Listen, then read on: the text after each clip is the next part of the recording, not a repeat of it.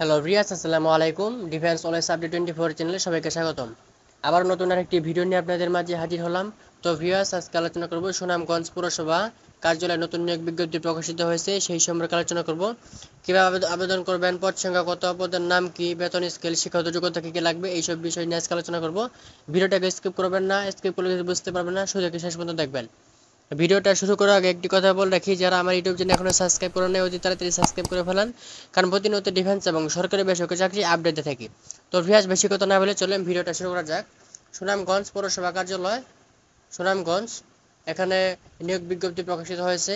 এখানে দেখেন পদের নাম দেওয়া হয়েছে লাইসেন্স পরিদর্শক, পদ সংখ্যা একজন, বেতন স্কেল ৯,৭০০ থেকে ২৩,৪৯০ টাকা, গ্রেডতম ১৫তম গ্রেড। শিক্ষাগত যোগ্যতা অভিজ্ঞতা লাগবে যে কোনো স্বীকৃত বিশ্ববিদ্যালয় হইতে স্নাতক ডিগ্রি।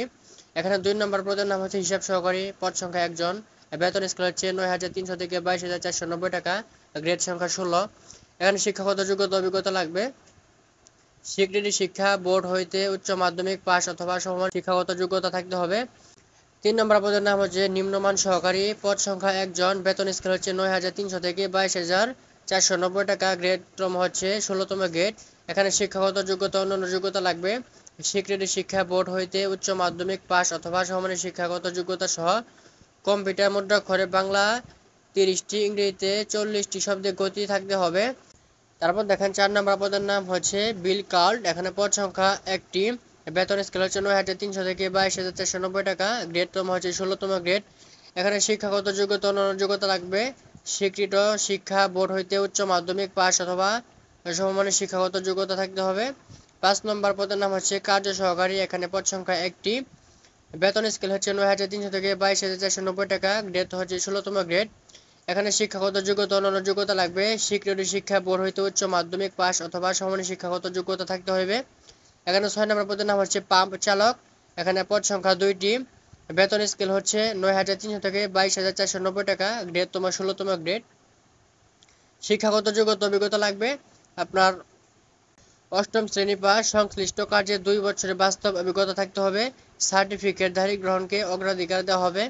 এখানে দেখেন ৭ নম্বর পদের নাম হচ্ছে অফিস সহায়ক, এখানে পদ সংখ্যা একজন, বেতন স্কেল হচ্ছে ৮,২৫০ থেকে ২০,০১০ টাকা, গ্রেড হচ্ছে ২০তম গ্রেড। এখানে শিক্ষাগত যোগ্যতা অভিজ্ঞতা লাগবে অষ্টম শ্রেণীর পাস, এখানে অভিজ্ঞতা লাগবে না, আপনি যদি অষ্টম শ্রেণীর পাস করে থাকেন তাহলে অবশ্যই অফিস সহায়কে আবেদন করতে পারবেন। তো ভিউয়ার্স, এখন দেখেন কি কি শর্তাবলী লাগবে। শর্তাবলী নাম্বার ১, আবেদনকারী নির্ধারিত ফর্মে আগামী ১৫/১০/২০২৪ তারিখ বিকাল ৫ ঘটিকার মধ্যে ডাক যোগে অথবা সরাসরি প্রশাসক সুনামগঞ্জ পৌরসভা সুনামগঞ্জ বরাবরে পৌঁছাতে হবে। বিলম্বে প্রাপ্ত ত্রুটিমুক্ত ও অসম্পূর্ণ আবেদন বাতিল বলে গণ্য হবে। আবেদন ফর্ম সুনামগঞ্জ পৌরসভার ওয়েবসাইটে এবং পৌরসভার সাধারণ শাখা থেকে সংগ্রহ করা যাবে।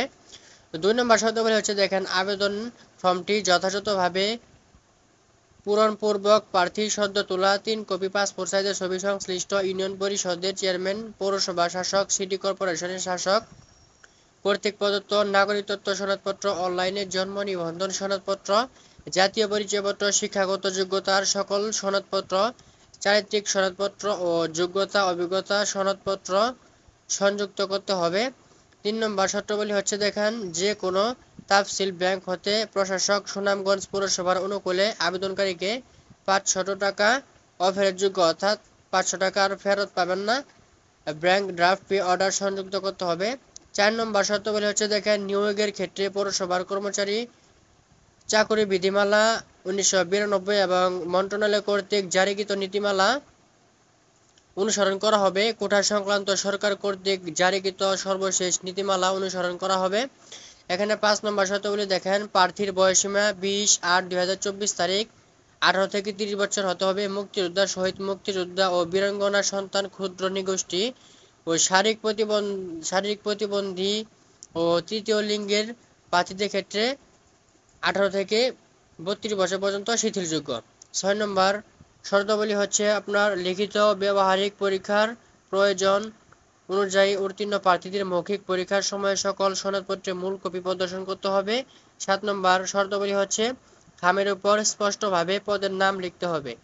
৮ নম্বর শর্তাবলী হচ্ছে কোনো তথ্য গোপন করে চাকরিতে নিয়োগপ্রাপ্ত হলে সংশ্লিষ্ট প্রার্থীর নিয়োগ আদেশ বাতিল বলে গণ্য হবে, তার বিরুদ্ধে আইনানুগ ব্যবস্থা করা হবে। 9 নম্বর শর্তাবলী হচ্ছে প্রার্থিক পদের বাছাই পরীক্ষা সংগ্রহণের জন্য প্রার্থীকে টিএডিএ প্রদান করা হবে না। 10 নম্বর শর্তাবলী হচ্ছে কোনো প্রার্থী কেবল একটি পদেই আবেদন করতে পারবে, একাধিক পদে আবেদন করতে পারবে না। 11 নম্বর শর্তাবলী হচ্ছে সরকারি আধা সরকারি স্বায়ত্তশাসিত প্রতিষ্ঠানে কর্মরত প্রার্থীকে যথাযথ কর্তৃপক্ষের অনুমতি সাপেক্ষে আবেদন করতে হবে। 12 নম্বর শর্তাবলী হচ্ছে নিয়োগকারী কর্তৃপক্ষ বিজ্ঞপ্তিতে উল্লিখিত পদের সংখ্যা হ্রাস বৃদ্ধি বিজ্ঞপ্তিতে বর্ণিত কোনো শর্ত বা অনুচ্ছেদ সংশোধন পরিবর্তন ও পরিমার্জন বা বিজ্ঞপ্তি বাতিল করার ক্ষমতা সংরক্ষণ করেন। তো ভিউয়ার্স, এই ছিল আজকে ভিডিওটা যদি ভালো লাগে অবশ্যই চ্যানেলটা সাবস্ক্রাইব করবেন এবং কোনো কিছু বোঝা থেকে অবশ্যই কমেন্টে জানাবেন, আমি উত্তর দেওয়ার চেষ্টা করব। তো ভিউয়ার্স, সকলে ভালো থাকেন, সুস্থ থাকেন, আসসালামু আলাইকুম।